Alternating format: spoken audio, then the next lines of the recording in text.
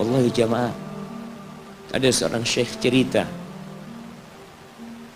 dalam salah satu ceramahnya, cerita tentang seorang dokter perempuan di sana, di Arab sana. Ada seorang anak lelaki bawa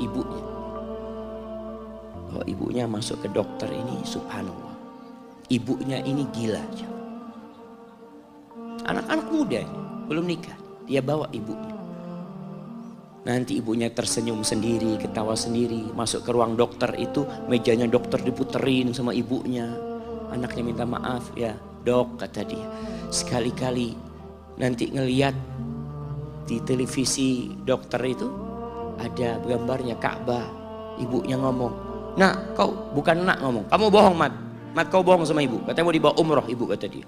Nanti diludahin anaknya, digigit anaknya, nanti kerudungnya ibunya terbuka dipasangin lagi.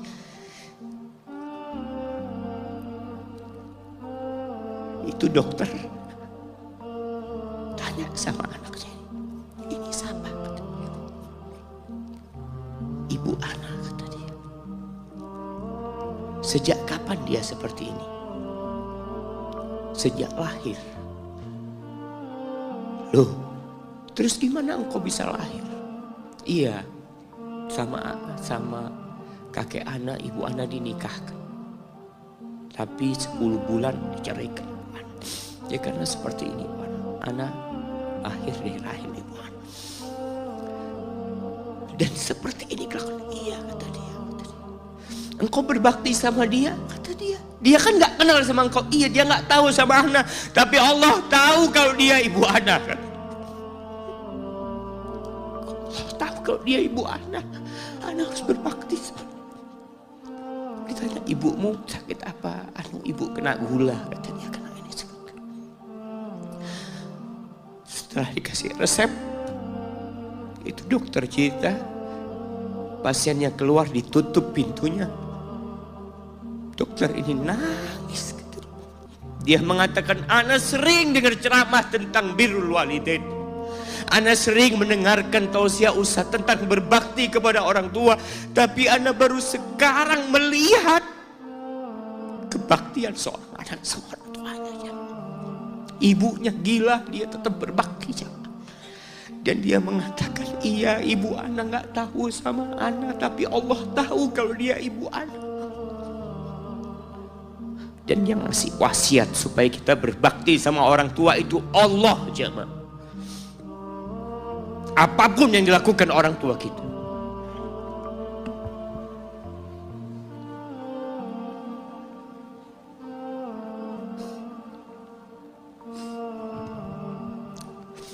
Apalagi ibu.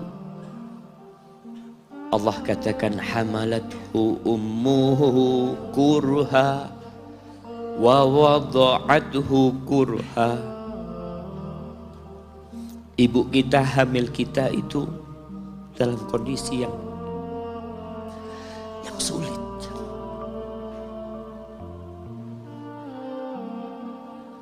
Ada ibu yang harus bed rest demi anaknya lahir. Demi kita lahir, ibu kita itu bed rest. Capek dikit keluar darah. Ada yang harus hamil kita dalam kondisi dia ditinggal sama suami. Dia harus cari nafkah sendiri. Ada yang harus muntah-muntah demi kita. Allah. Lalu kita berdiri buat ibu kita, capek. Diceritakan seorang, ya kita semua tahu ceritanya, tentang 3 orang yang masuk ke dalam gua. Kemudian gua itu tertutup dengan batu yang menggelinding. Lalu mereka bertawasul dengan amal soleh mereka. Salah satunya yang mengatakan, ya Rabbi, Allahumma, ya Allah, aku punya 2 orang tua. Aku punya 2 orang tua. Yang aku senantiasa memberikan susu kepada keduanya sebelum keluarga yang lain minum susu. Dia sudah menikah, dia punya istri, punya anak. Pada suatu hari, ya Allah, aku kejauhan cari rumput, sehingga aku balik dalam kondisi orang tua sudah tidur. Maka aku pereskan susu buat keduanya, ya Allah. Allah tahu, tapi dia mau cerita sama Allah. Dia ingin tawasul dengan amal soleh dia. Lalu aku taruh di wadah. Aku datang ke bapak ibuku, mereka tidur. Maka aku berdiri di hadapan kedua. Jamaah, bukankah bisa dia taruh di sebelah meja ibunya susu itu? Dia ambilkan meja, taruh di sana, dia bisa tidur. Dia sudah berbakti sama orang tuanya dengan seperti itu. Tapi anak ini tidak. Aku berdiri, ya Allah, aku gak ingin membangunkan keduanya. Dan aku terus berdiri, aku pegang itu susunya. Sampai mau subuh bangun, aku serahkan kepada kedua. Anak-anaknya nangis minta susu. Kata dia, lah, sampai bapak ibu aku minum. Kalian jangan minum. Kita kadang-kadang sudah menikah lebih peduli sama istri kita, lebih peduli sama anak-anak kita. Nggak ada hadis yang mengatakan anak itu pintu surga, jemaah. Yang ada itu orang tua pintu surga. Kita peduli sama anak-anak kita. Beli oleh-oleh buat istrinya. Ditelepon istrinya mau apa, kepingin apa. Pernahkah engkau telepon ibumu? Tanya, Umi kepingin apa, Umi?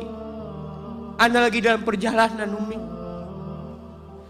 Jamaah, itu anak, Masya Allah, dia berdiri. Kenapa dia kuat, jamaah? Karena dia tahu Allah yang nyuruh dia berbakti. Mungkin tidak ada yang melihat berdirinya dia, tapi Nabi ceritakan berdirinya dia. Dari malam jamaah sampai pagi, berapa jam dia ingat, ibuku hamil aku 9 bulan. Capek. Ana semakin tahu dengan tugas besar seorang ibu dan pengorbanan seorang ibu setelah Ana menikah. Setelah Ana tahu bagaimana istri Ana hamil, ketika dia harus tidur gak enak, makan muntah aja, Ana melihat istri Ana sampai lemas dia. Ana ingat begini ibu Ana hamil Ana. Lalu kita lupa, jemaah. Kita sok sukses, mungkin engkau lebih sukses dari orang tua. Tapi kalau nggak ada bapak ibu, engkau nggak akan pernah lahir di muka bumi. Allah ceritakan ibunya hamil dia. Wa wada'athu kurha, dan melahirkannya dalam kondisi sulit. Kadangkala perut ibu kita itu disobek demi kita keluar dari perut ibu kita. Antum meninggalkan luka di ibu, itu dijahit. Kalau antum anak ketiga, Allahu Akbar, berapa kali dibelah perut ibu kita aja. Tubuhnya jadi jelek gara-gara kita. Tapi dia nggak peduli, yang penting antum lahir dengan selamat. Kalau ibu kita dikasih pilihan, ini nggak bisa diselamatkan dua-duanya, salah satunya akan meninggal dunia. Kira-kira apa kata ibu antum? Iya, nggak apa-apa dok, selamatkan bayinya dok. Nggak apa-apa dok, biar dia lahir dok. Subhanallah. Berapa banyak ibu yang meninggal dunia ketika dia melahirkan anak. Wa hamluhu wa fisaluhu 30 syahra. Hamilnya dan menyusuinya itu 30 bulan. Artinya bukan ketika antum lahir selesai lelahnya ibu kita. Memang ketika antum lahir dengan selamat, Allahu Akbar, ibu itu lupa dengan rasa sakit dia 9 bulan. Ibu itu lupa dengan jeritan dia mengeluarkan kita ketika kesakitan. Itu lupa. Dia tersenyum, dia bawa anaknya, ditaruh di dadanya. Allahu Akbar. Kalaupun ada air mata yang menetes, itu air mata kebahagiaan orang tua dengan hadirnya kita di muka bumi ini. Lalu kita bisa berjalan. Kita nggak bisa apa-apa lahirnya. Allah rekam kebaikan ibu kita. Kita disusui sama ibu kita. Berapa bulan? 2 tahun. 24 bulan disusui. Mungkin ada yang kurang, mungkin ada yang lebih. Tapi yang jelas kondisi kita tidak bisa berbuat apa-apa. Kita hanya bisa menangis, jemaah. Antum lapar menangis, buang kotoran menangis. Siapa yang datang membersihkan kotoran antum? Ibu antum. Yang gendong antum siapa? Ibu antum. Dia susui. Subhanallah, sampai anaknya agak besar sedikit, diajari bicara sama ibunya, diajak ngomong sama ibunya, diajarin berdiri sama ibunya, diajarin berjalan sama orang tuanya. Allahu Akbar. Kemudian ketika antum sukses, antum berangkat ke luar negeri, antum berangkat ke luar kota, meninggalkan kedua orang tua antum, boleh, asalkan dengan ridho orang tua antum. Kalau ibu antum telepon, antum di Batu sini, kuliah, sampai sukses jadi pengusaha di sini. Ibu antum di kampung telepon, nah ibu ingin kau balik ke kampung. Jangan pernah mengatakan, bu anak kerjanya di sini ibu. Saya ditugaskan di sini, tinggalkan semua pekerjaanmu, pulang ke rumah. Ustaz, gimana dengan istri dan anak-anak anak? Yang ngasih makan istri sama anak-anak antum itu Allah Jalla Jalla. Bawa pulang ke kampung, hidup sama ibu antum. Jamaah, ada seorang sahabat yang izin untuk berjihad, izin untuk mendapatkan surga yang paling tinggi, izin untuk bisa memberikan syafaat kepada 70 dari keluarganya. Kalau dia mati syahid, dia datang kepada Nabi SAW, ditanya, bapak ibumu hidup? Iya, kata dia, pulang engkau ke sana. Fathammal jannah, di sana ada surga. Ilzam rijlaya, engkau tetap di kaki ibu. Ini mau jihad, bukan mau cari fulus, jemaah. Bukan mau cari kenikmatan dunia, dia mau cari surga. Tapi pintu surga yang paling baik orang tua dapat jauh-jauh. Jamaah, Allah, ketika antum nangis di kasur ibu, di dapur lagi masak, dimatikan kompornya, dia datang jumpai antum. Antum lihat, anak sering lihat ketika kajian, bagaimana seorang ibu yang gendong anaknya yang nangis. Dia ingin dengarkan kajian, tapi engkau menghalangi dia untuk mendengarkan kajian dengan baik. Dia harus gendong. Kadang-kadang nggak boleh deket-deket kajian, yang bawa anak tempatnya lain, dan dia nurut. Engkau ganggu hidup dia dari sejak engkau lahir. Kemudian setelah engkau dewasa, engkau nggak berbakti sama ibu. Lupa dengan wa hamluhu wa fisaluhu 30 syahr. Di masa Umar bin Khattab, ada seorang yang datang kepada Umar mengatakan, ya Amirul Mukminin,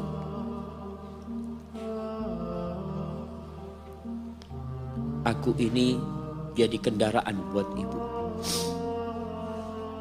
Aku ini yang membersihkan kotoran ibu, dan aku palingkan wajahku. Ibuku sudah lumpuh, gak bisa apa-apa, dan aku berusaha untuk berbakti sama dia. Aturani qad jazaituha. Gimana menurutmu? Apakah aku sudah balas kebaikan ibuku? Kata Umar, la. Kata dia, enggak, belum. Ya Amirul Mukminin, bukankah aku sekarang ini telah berbuat kepada ibuku seperti ibuku berbuat kepadaku waktu aku kecil? Artinya sama pekerjaannya sekarang ini. Aku yang menyuapin ibuku, aku yang membersihkan ibuku, yang mengantarkan dia ke kamar mandi. Semua yang pernah dilakukan ibuku, kira-kira sudah aku lakukan semua sekarang. Kata Umar, enggak sama, kata dia. Ibumu waktu merawatmu ketika engkau kecil, Ibumu berharap engkau bisa hidup. Sedangkan engkau sekarang merawat ibumu ketika sudah tua sakit-sakitan. Engkau berharap ibumu mati.